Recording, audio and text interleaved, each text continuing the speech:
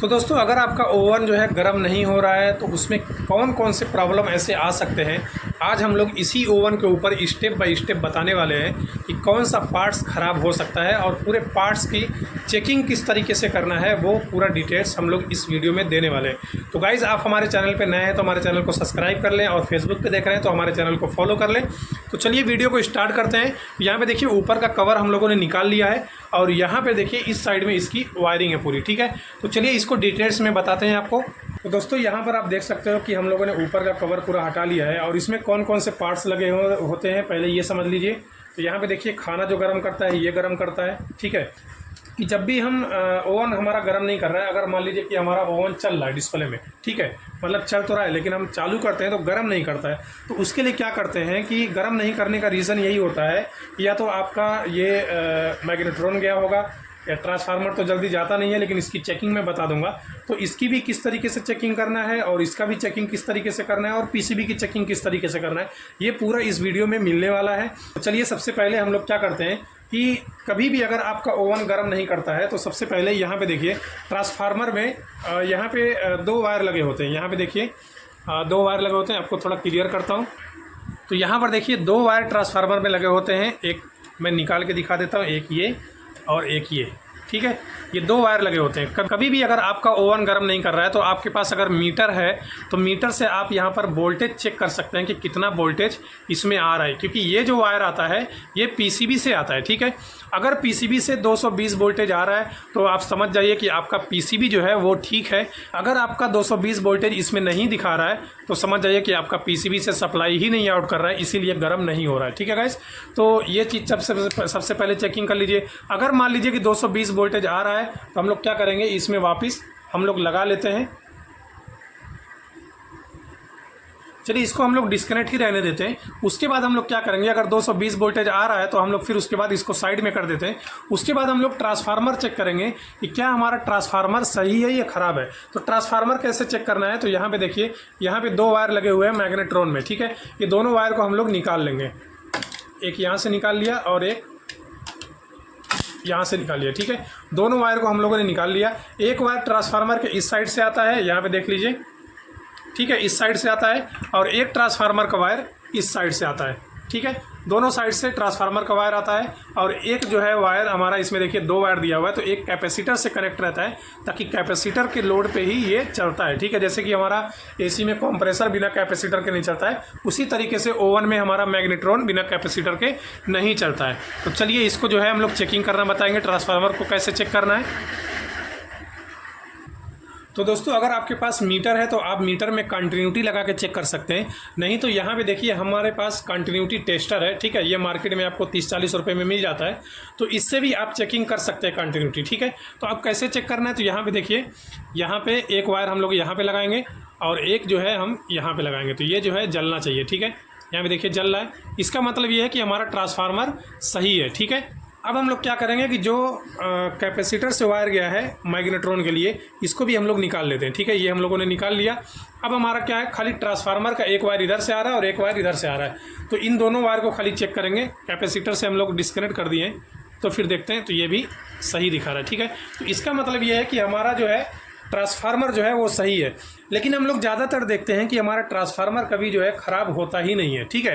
हमारा ट्रांसफार्मर हमेशा सही रहता है, कभी भी अगर ख़राब होगा तो पूरा धुआं हो जाएगा, तभी जा करके ख़राब होता है, नहीं तो जल्दी ट्रांसफार्मर ख़राब नहीं होता है, ठीक है। इसको हम लोग इसी में लगा देते हैं, ठीक है। अब दोस्तों यहाँ पर भी आप देख सकते हो कि एक वायर जो है हमारे कैपेसिटर में आया है ट्रांसफार्मर से, ठीक है। तो इसको भी हम लोग निकाल लेते हैं। इसमें जो है फ्यूज़ लगा होता है, ठीक है। कभी भी आप देखेंगे इसमें फ्यूज़ लगा होता है। तो गर्म अगर आपका ओवन नहीं हो रहा है तो ज़्यादातर जो है फ्यूज़ हमारा ख़राब हो जाता है। तो आप इसको कैसे चेक करेंगे, तो इसको आपको कुछ भी नहीं करना है, यहाँ से लेकर के वायर खाली आपको चेक करना है कि ये हमारा वायर बराबर है नहीं, या आप इसको खोल करके भी आप देख सकते हो कि इसके अंदर हमारा फ्यूज़ तो ख़राब नहीं हो गया है, ठीक है। तो फ्यूज़ भी ख़राब होने की वजह से आपका ओवन जो है वो गर्म नहीं करता है, ठीक है। अब उसके बाद मान लीजिए कि ज़्यादातर जो देखते हैं प्रॉब्लम, वो ज़्यादातर फ्यूज जो है हमारा ख़राब हुआ रहता है। तो अब हम लोग क्या करेंगे, मैग्नेट्रॉन को चेक करेंगे कि क्या हमारा मैग्नेट्रॉन सही है या ख़राब है। तो इसको हम लोग चेकिंग करने का एक तरीका है कि हम मीटर से भी चेक कर सकते हैं और कंटिन्यूटी टेस्टर से भी चेकिंग कर सकते हैं। तो यहाँ पे देखिए जो 2 पिन, जहाँ पे ये 2 वायर लगे हुए हैं, वहीं पे जो है 2 पिन निकला हुआ है यहाँ पे, ठीक है। तो इस पिन को हम लोग इस चेकिंग करेंगे, इस तरीके से दोनों आपस में टच करेंगे। अगर ये जल रहा है तो समझ जाइए कि ये सही है, ठीक है, ये सही है, ठीक है। लेकिन हम इसके बावजूद भी क्या करेंगे, हम इसके बॉडी से टच करके देखेंगे। अगर बॉडी में जो है जल रहा है तो समझ जाइए कि ये जो है ख़राब है। लेकिन अगर कहीं पर भी बॉडी में नहीं जल रहा है तो समझ जाइए कि ये सही है। तो हमको चेकिंग किस तरीके से करना है, एक हमको लगाना है यहाँ पे और एक बॉडी में कहीं पर भी लगा सकते हैं। तो कहीं भी नहीं जल रहा है, ठीक है। इसके बाद हम लोग एक इसमें भी लगाएंगे और इसमें भी देखेंगे तो हमारा कहीं पर भी जल नहीं रहा है, ठीक है। इसका मतलब कि ये सही है। लेकिन कभी कभी क्या होता है कि हमारा ग्राउंड भी नहीं दिखाता है और हमारा ये भी जो है सही दिखाता है, उसके बावजूद भी हमारा ये ख़राब रहता है। क्यों? क्योंकि आगे का जो नोज़ल होता है वो कभी कभी जल जाता है, इसकी वजह से भी हमारा खाना गर्म नहीं करता है, ठीक है। और कभी कभी तो ऐसा भी होता है कि हमारा नोज़ल नहीं भी जला रहता है और ये सही भी दिखाता है, कंटिन्यूटी भी बराबर दिखाता है, लेकिन फिर भी गर्म नहीं करता है। तो हमारा जो अंदर का कॉइल होता है, जैसे कि यहाँ पे देखेंगे तो एक चुंबक लगा होता है। अभी ये कवर पैक है, अंदर देखेंगे तो गोल गोल एक चुंबक लगा होता है। तो वो जो है ब्लैक कलर का रहता है, तो वो घूमना नहीं चाहिए, ठीक है, हाथ से घूमना नहीं चाहिए। लेकिन जब ख़राब हो जाता है तो वो घूमने लगता है। अगर वो घूम रहा है, ऐसा घुमाने पर घूम रहा है, तो समझ जाइए कि ये हमारा ख़राब हो चुका है। भले ही सही दिखाता हो लेकिन फिर भी हमारा ये मैग्नेट्रॉन काम नहीं करता है गाइस, ठीक है। अब उसके बाद बचता है कि हमारा कैपेसिटर मैं आपको एक बार दिखा देता हूँ। यहाँ पे देखिए कैपेसिटर है। अब कैपेसिटर को किस तरीके से चेक करना है, तो यहाँ पे देखिए इसको हम लोग निकाल लेते हैं, ये भी वायर निकाल लेते हैं और हम डाइबोर्ड का भी वायर निकाल लेते हैं, ठीक है। डाइबोर्ड का भी वायर निकाल लिए। अब हमको इसको कंटिन्यूटी से चेक करना है कि ये कैपेसिटर प्रॉपर है या ख़राब हो गया है। तो कभी भी हम इसको चेक करेंगे कंटिन्यूटी से, तो ये दोनों में कंटिन्यूटी नहीं बताना चाहिए। ये देखिए नहीं बता रहा है, ठीक है। इसका मतलब कि ये कैपेसिटर सही है। अगर ये कंटिन्यूटी बता रहा है तो समझ जाए कि ये कैपेसिटर ख़राब हो चुका है, ठीक है। तो ये कैपेसिटर इस तरीके से चेक करते हैं, ठीक है। तो अभी हम लोग क्या करेंगे, कैपेसिटर तो चेक कर लिए, ठीक है। अभी इसके बॉडी को चेक करेंगे। तो यहाँ पर एक पिन लगाना है और एक इसके बॉडी में लगाना है, ठीक है। अगर जल रहा है तो समझ जाइए कि आपका कैपेसिटर ख़राब है, ठीक है। दोनों में लगाना है। तो यहाँ पे देखिए हमारा कैपेसिटर अभी सही है। अगर नहीं जल रहा है तो सही है, अगर जल रहा है तो फिर खराब माना जाएगा, ठीक है गाइस। तो अब हम लोग क्या करेंगे, इस डायोड को हम लोग चेकिंग करेंगे। ये डायोड क्या करता है, जो यहाँ से 2100 वोल्टेज आता है उसके फ्रीक्वेंसी को कंट्रोल करता है, ठीक है। अब इसकी चेकिंग किस तरीके से करते हैं, तो यहाँ पर देखिए इसको हम कंटिन्यूटी से चेक करेंगे। तो यहाँ पे देखिए, यहाँ पे हम लोग चेक कर रहे हैं। अगर ये जलता तो समझ जाइए कि ये खराब था, अगर ये नहीं जल रहा है तो समझ जाइए कि ये सही है। कंटिन्यूटी इसमें नहीं बताना चाहिए, ठीक है। तो ये तो हो गया कंटिन्यूटी से। इसको चेकिंग करने का तरीका एक और है कि इसको हम लोग अभी क्या करेंगे, बाहर निकाल लेते हैं, ठीक है। बाहर निकालने के बाद क्या करेंगे, यहाँ पर एक वायर से फेज दे देंगे, ठीक है। जब हम यहाँ पे फेज दे देंगे और उसके बाद हम लोग क्या करेंगे, एक मल्टीमीटर लेंगे। जब मल्टीमीटर लेंगे तो उसमें मल्टीमीटर में हम लोग सेट करेंगे 220 वोल्टेज पे, ठीक है। हमको अगर वोल्टेज चेक करना तो कैसे चेक करते हैं मल्टीमीटर से, उसी तरीके से आपको चेक करना है कि इसमें आप फेज दे दिए, ठीक है। अब इस तरीके से मीटर में 2 पिन रहता है, ठीक है। एक मीटर हम बोर्ड के न्यूट्रल में डाल देंगे, ठीक है, और एक मीटर जो है हम यहाँ पर लगाएंगे जहाँ पे हमने फेज दिया है, ठीक है। अब मान लीजिए कि यहाँ पे हमने फेज दिया तो यहाँ पर जो है 220 से 240 वोल्टेज बताना चाहिए, ठीक है। लेकिन इस साइड में अगर आप चेक करेंगे तो इस साइड में इसका जो आधा वोल्टेज होता है, मतलब यहाँ पे अगर 220 बता रहा है तो यहाँ पे 120 ही वोल्टेज बताएगा, ठीक है। 120 या 126 वोल्टेज बताएगा। अगर यहाँ पे 126 वोल्टेज बता रहा है, 120 बता रहा है, तो समझ जाइए कि ये डायोड सही है, ठीक है। लेकिन अगर यहाँ पे 220 वोल्टेज बता रहा है और यहाँ पर भी 220 वोल्टेज बता रहा है तो समझ जाइए कि ये डायोड जो है खराब है, ठीक है गाइस। अब इसमें जो है एक चीज और मैं आपको बता दूं कि एक चीज हम लोग चेकिंग अभी तक नहीं किए हैं, वो है ट्रांसफार्मर। तो हम एक तरफ से चेकिंग कर लिए कि ट्रांसफार्मर में ये जो है वायर बराबर दिखा रहा है कि नहीं दिखा रहा है, ठीक है। तो ये वाइंडिंग अलग है और एक और वाइंडिंग है जिसमें हमारा वोल्टेज जाता है। तो यहाँ पर देखिए जो हमारा ये वायर लगे होते हैं जो पिनों में, यहाँ पे देखिए 2 पिन है, एक यहाँ पे है और एक यहाँ पे है, ठीक है।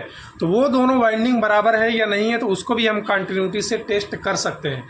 तो चलिए कैसे चेक करना है, तो यहाँ पर हम लोग ले लेते हैं कंटिन्यूटी टेस्टर और यहाँ पे एक रखते हैं और एक यहाँ पे रखते हैं। तो ये जलना चाहिए, ठीक है। ये देखिए जल रहा है, इसका मतलब कि ये ट्रांसफार्मर जो है ये सही है, ठीक है। ये वाला पिन वो है जो हमारा 220 वोल्टेज इन करता है, ठीक है।